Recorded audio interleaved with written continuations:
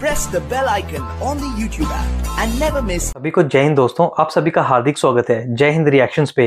आशा करता हूँ कि आप सभी लोग बहुत अच्छे होंगे। तो आज हम आपके लिए एक इंटरेस्टिंग और एक बहुत ही दमदार वीडियो लेकर आए जिसमें आप देखेंगे भारत की दो निडर, बेबाक और शिक्षित मुस्लिम बेटियों को। एक तरफ आप देखेंगे मशहूर पत्रकार अंबर जैदी जी को, जिनकी स्पेशल गेस्ट होंगी भारत की बेटी और सुप्रीम कोर्ट की दबंग वकील नाजिया लाई खान जी। तो ये डिस्कशन बहुत ही जबरदस्त होगा, आपको बहुत कुछ जानने को मिलेगा और मजा आएगा। तो इसे अंत तक देखें और चैनल पर नहीं है तो चैनल को सब्सक्राइब कर दें ताकि हम आपके लेटेस्ट इंटरेस्टिंग और दमदार वीडियोस लाते रहें। तो चलिए पहले ये वीडियो देखते हैं और अंत में इसके बारे में बात करेंगे। जय हिंद, जय भारत।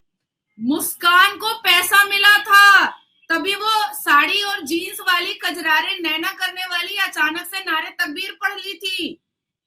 वी आर वेरी फूल। हम संविधान के पक्ष में मर रहे हैं और हमें हमारी बोटियां करने की बात की जाती है, हमारा कैरेक्टर असैसिनेशन किया जाता है। हम संविधान मनवाने की बात कर रहे हैं, हम इक्वालिटी की बात करते रहते हैं, हम सारे धर्मों को मान्यता देने की बात करते रहते हैं, हम मुस्लिम बेटियों को पंख लगाने की बात करते रहते हैं, हम मुसलमान बेटियों के शिक्षित होने की बात करते रहते हैं, हम मुसलमान बेटियों के फ्रीडम की बात करते रहते हैं, हम मुसलमान बेटियों के लीगल और संवैधानिक और इस्लामिक राइट की बात करते रहते हैं। क्योंकि प्रॉफिट मोहम्मद ने अपनी पहली बीवी खदीजा को बिजनेस नहीं रोक पाया था, निकाह के बाद भी वो अपना बिजनेस कर रही थी। तो हमारी बेटियों के पास संवैधानिक राइट भी मिलना चाहिए और इस्लामिक राइट भी मिलना चाहिए।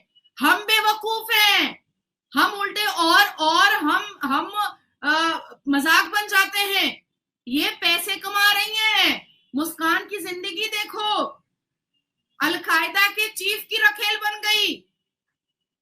अलकायदा उसको अपने गोद में लेकर बैठा रहा। आज उसकी जिंदगी जाकर के अबू धाबी नहीं, दुबई में रहती है वो। अभी तो शायद वो ईरान शिफ्ट होने वाली है। तो अभी आप सोचो कि उसकी जिंदगी कितनी खूबसूरत हो चुकी है। अपने अब्बा के साथ हर साल हज करती है। We don't have money. गाड़ी लोन में, घर लोन में, लैपटॉप खरीदते हैं तो वो भी लोन में खरीदते हैं। We are idiot. वो लोग चालाक हैं, रखेल भी बन जाती हैं, हरामी बच्चा भी पैदा कर लेती हैं, हिंदू समाज की होकर के हिंदू को गाली भी दे देती हैं, मुसलमान उस पर ताली भी बजा देता है, ब्रा चड्डी भी पहले पहन लेती हैं, डिल्डो भी यूज कर लेती हैं अपने फिल्मों में। उसके बाद फिर पूरे चेहरे पर, सना खान को देखो, आज भी पूरा चेहरा बोटॉक्स और फिलर्स से भरा पड़ा है। लेकिन मुसलमान उसको पसंद कर रहे हैं, मुसलमान हमें नहीं पसंद करते। क्यों? क्योंकि ना ही हमने मुसलमानों को पहले ब्रा चड्डी पहन करके एंटरटेन करवाया है और ना ही हम जिहादी और आतंकवादी बातें कर रहे हैं। अब दोनों काम हमने नहीं किया तो मुसलमान हमें पसंद करेंगे कैसे? क्या तुमने कभी ब्रा चड्डी पहन करके सना खान की तरह मुसलमानों को आकर्षित किया? क्या तुमने स्वरा भास्कर की तरह बड़े बड़े पर्दे पर दारू पी करके खुद में डिल्डो यूज करके मुसलमान लौंडों को तुमने आकर्षित किया है अंबर? तो जब तुमने किया ही नहीं है तो तुमको मुसलमान पसंद कैसे करेंगे? और क्या अब तुम खड़े होकर के तालिबानी बात कर रही हो, जिहादी बात कर रही हो? क्या जिहादियों के साथ बगल में बैठना पसंद कर रही हो? तो नहीं ना। तुम हलाला को समर्थन कर रही हो, तुम चार शादी को समर्थन कर रही हो, तुम 9 साल की बच्ची का निकाह समर्थन कर रही हो। नहीं तो तुम तो किसी भी अय्याशी में साथ ही नहीं दे रही हो मुसलमानों का। तो तुमको गाली नहीं पड़ेगी, तुमको बोटियां करने की धमकी नहीं पड़ेगी, मुझे गाली नहीं पड़ेगी तो किसको पड़ेगी? हमने तो कुछ भी नहीं किया इनके फेवर में।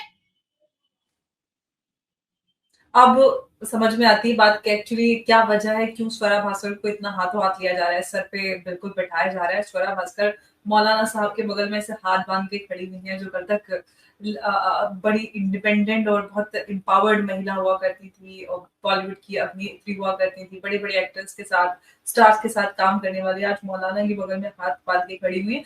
मौलाना वो जो महिलाओं के, बच्चियों के विरुद्ध में इतनी बुरी बातें करते हैं, जो उनके लिए हर तरह के अपशब्द का इस्तेमाल करते हैं, और स्वरा भास्कर उनको इतना सम्मान देती है जस्ट बिकॉज अब मैं सारी चीजें डॉट्स कनेक्ट कर पा रही हूँ। लेकिन बड़ी अजीब सी बात है नाज़िया कि हमने ये देखा कि सऊदी अरेबिया में लगातार बदलाव हो रहा है। अभी वहां पर फैशन शो हुआ और म्यूजिक कॉन्सर्ट्स भी हो रहे हैं, लेकिन भारत के मुसलमान इस हद तक ऐसे जा रहे हैं, उनके साथ में जो लिबरल सो कॉल्ड कन्वर्टेड जो हिंदू हुआ करते थे और हिंदू हैं लेकिन वो कन्वर्ट हो गए हैं, और जो लिबरल है, सेल्फ प्रोक्लेम राइटियस वो इस तरह की हरकतें कर रहे हैं, वो भी इस चीज में इनका समर्थन करते हैं। जवाब देने से पहले मैं अपनी गरीबी दिखा दूं, मैं मूढ़ी खा रही हूँ। गरीबी देखो। देखिए अंबर बहुत क्रिस्टल क्लियर है, आपको भी बहुत अच्छे से पता है क्योंकि आप खुद भी बहुत अच्छी स्पीकर हैं।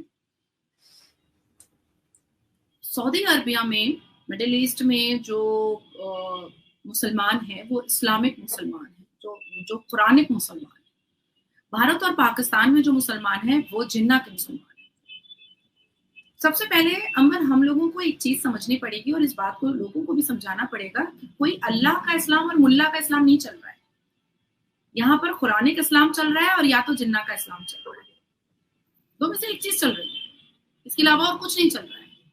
जिन्ना के इस्लाम में फ्लेक्सिबिलिटीज बहुत ज्यादा है, जिन्ना के इस्लाम में ठरकबाजी बहुत ज्यादा है, जिन्ना के इस्लाम में अश्लीलता का नंगा नाच बहुत ज्यादा है, जिन्ना के इस्लाम में दारू पी लो, कोठा में चले जाओ, चकला में चले जाओ, 9 साल की बच्ची में औरत तलाश कर लो, everything is possible, nothing is impossible, everything is possible. Jinnah के इस्लाम में और भी अच्छी चीज है कि इस्लामिक पनिशमेंट नहीं है। कुरानिक इस्लाम जब आप हम चले जाते हैं मोहम्मद बिन सलमान जी की सरजमीन पर, तो वहां जाने के बाद अभी रिपोर्ट आई है जो सऊदी अरेबिया की, जिसमें फांसी जो 1 साल में 100 फांसी हुई है, उसमें से सबसे ज्यादा 21 फांसियां पाकिस्तानियों को हुई है। हाँ हाँ। तो अभी तुम समझो कि अब यही मुसलमान उठ करके सऊदी अरबिया चले जाते हैं।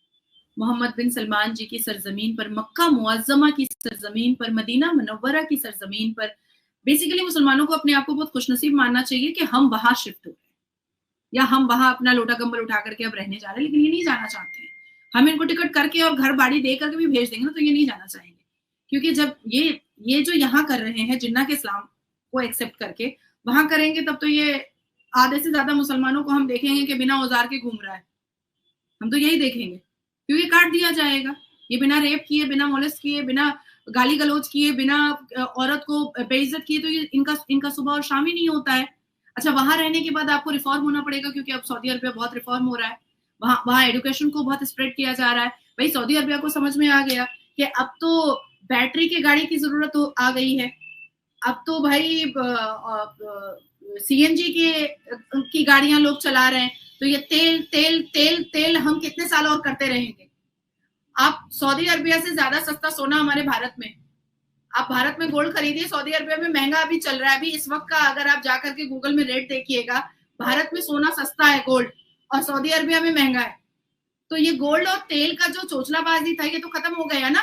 अब तो इनको समझ में आ गया कि भाई भारत ने कुछ सब्स्टिट्यूट निकाल लिया है, तो इनका तो वैल्यू धीरे धीरे खत्म हो रहा है। तो अब करना क्या पड़ेगा, अब या तो बहुत मॉडर्न होना पड़ेगा, या तो रिफॉर्म होना पड़ेगा, या तो शिक्षित होना पड़ेगा, तभी हम सऊदी अरबिया को बचा पाएंगे, नहीं तो नहीं बचा पाएंगे। दूसरा है कि वहां पर इस्लामिक पनिशमेंट भी माना जाता है। तीसरा है कि अब उन्होंने कुरान को भी बहुत अच्छे से पढ़ लिया कि भाई जब प्रॉफिट मोहम्मद ने अपनी बीवियों के अधिकार को वंचित नहीं किया उनसे, तो फिर ये हम कौन होते हैं जो वंचित कर दे। हमने तो नहीं पढ़ा कि बीबी आयशा नकाब पहन करके बैठी रहती थी, हमने तो नहीं पढ़ा बीबी खदीजा नकाब पहन करके बैठी रहती थी, पर्दा करती थी, हम तो ये सब नहीं पढ़े। भाई पर्दे की आयत तो आई जब सूदा अलैहिस्सलाम जो पटी करने के लिए गई थी, हज़रत उमर ने पीछे से टोक दिया था, सूदा मैंने तुमको हकते हुए देख लिया। पर्दा का हुक्म तब नाजिल हुआ कि पर्दा करो। तो हमारे पास तो बाथरूम है, हम तो बाथरूम में जाते हैं, दरवाजा कुंडा लगा करके तब बैठते हैं, तो इट्स ऑल राइट। बात बहुत क्लियर हो चुकी है, जो सऊदी अरबिया को समझ में आ चुका है, अर्थ समझ में आ चुका है। लेकिन ये अगर इस्लाम कुरानिक मुसलमान हो जाएंगे तो ये जो आवार की बदतमीजी बेहूदगी कर रहे हैं ये तो नहीं कर पाएंगे।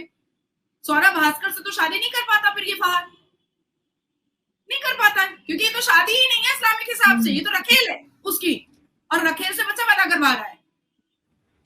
तो इसका मतलब ये कि सब कुछ कन्वीनियंट के लिए चल रहा है, कन्वीनियंस के लिए चल रहा है, तब तक सूट करता है आपके पर्सनल गेन्स को, प्रॉफिट्स को, आपकी आइडियोलॉजी को, आपकी पॉपुलैरिटी हो, पॉलिटिकल आपकी जो भी ऑब्जेक्टिव्स हैं, सब कुछ उसको हासिल करने के लिए जो आपको कन्वीनियंटली पिक एंड चूज करना है वो आराम से आप कर सकते हैं। और बड़ी आसानी से सारी चीजें बिक भी रही। बहुत अनफॉर्चुनेट है हम ये भारत की बात करें, क्योंकि अगर हम किसी अन्य देश की बात करें तो हमें समझ भी आता है, लेकिन डेमोक्रेसी और फ्रीडम के नाम पर इस तरह की चीजें कब तक और कहाँ तक जायज हम ठहरा सकते हैं, बड़ा सवाल है, क्योंकि हम डेमोक्रेसी में रहते हैं और इस तरह की चीजें लगातार फ्रीडम के नाम पर, फ्रीडम ऑफ स्पीच और एक्सप्रेशन के नाम पर लगातार जायज की जाती हैं और भारतीय संस्कृति के खिलाफ लगातार और धर्मों के खिलाफ लगातार बोला जाता है। लेकिन कब तक जो एक जागृति आई है भारतीय समाज के अंदर, वो भी एक बड़ी बात है।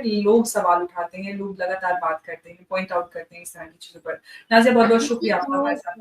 अंबर, कुछ बोलना था जी? कूट कूट के जो नूर मुझे दिखा, मतलब टोकरा भर भर कर नूर मुझे दिखा फहाद की रखेल पर के चेहरे पर, और उसके पैर को देख करके, मैंने तो जूम करके देखा है उसका पैर, जो खड़ी हुई थी लखनवी कुर्ता पहन करके। जी, मुझे नूर, ऐसा नूर मुझे नहीं चाहिए, मुझे तो बिल्कुल नहीं चाहिए। चलिए, नूर मुबारक स्वरा भास्कर को ही, और वो इस तरह से नूरानी बनी। आज से वो स्वरा भास्कर नहीं है, वो फहाद की रखेल। निकाह तो है ही नहीं भाई, निकाह है नहीं, रखेल से बच्चा पैदा करवा रहा है, हम कैसे मान लेंगे? अगर आप सुबूतियों निगत के लिए ये शब्द बोल सकते हैं तो फिर स्वरा के लिए भी ये बात भूलना चाहिए। खैर, बात बिल्कुल जायज है। स्वरा का बच्चा हरामी बच्चा है, अंजुम खान का बच्चा हरामी बच्चा है। भाई हम देखो, हम तो जिन्ना का इस्लाम मानने वालों में से नहीं, हम तो कुरानिक इस्लाम मानने वालों में से, और कुरानिक इस्लाम के हिसाब से शिवम दुबे की बीवी अंजुम खान का बच्चा हरामी बच्चा है, स्वरा भास्कर रखेल है फहाद की, और बच्चा हरामी है। That's it. जिसको जो उखाड़ना है उखाड़ लो। बहुत बहुत शुक्रिया नाज़िया हमारे साथ इस अहम चर्चा में जुड़ने के लिए। बहुत बहुत दोस्तों, आशा करता हूँ कि वीडियो को आपने अंत तक देखा होगा और अंबर जैदी और नाज़िया अलाई खान जी का पूरा डिस्कशन आपको काफी पसंद आया होगा, और इस वीडियो में आपको बहुत कुछ जानने को मिला होगा, जहां पे आपने देखा भारतीय शेरनी नाज़िया अलाई खान ने स्वरा भास्कर से लेके अंजुम खान को पूरी तरह से एक्सपोज करके रख दिया। ये दोनों वो लड़कियां हैं जिन्होंने इंटर रिलीजन मैरिज तो किया है, पर हमेशा ये टाइम टू टाइम हिंदुओं और सनातन धर्म के बारे में बुरा भला बोलती रहती हैं। और दूसरी ओर अगर हम बात करें स्वरा भास्कर की, तो हाल ही में उसका पति महाराष्ट्र के इलेक्शन में खड़ा हुआ था, और आप जानते हैं कि वो इलेक्शंस को हार चुका है। और स्वरा भास्कर वो हैं जो पहले अपने पति को भाई बोला करती थी, वो भी पब्लिकली, और उसी के बाद उसने उसके साथ शादी कर ली, यानी कि निकाह कर लिया। तो इसके बारे में आपके क्या विचार हैं? आप अपने विचार हमें कमेंट सेक्शन में लिखकर जरूर बताएं, और एक बार फिर चैनल पे नहीं है तो चैनल को सब्सक्राइब कर दें, ताकि हम अपने से लेटेस्ट दमदार और इंटरेस्टिंग वीडियोस लाते रहें। जय हिंद, जय भारत।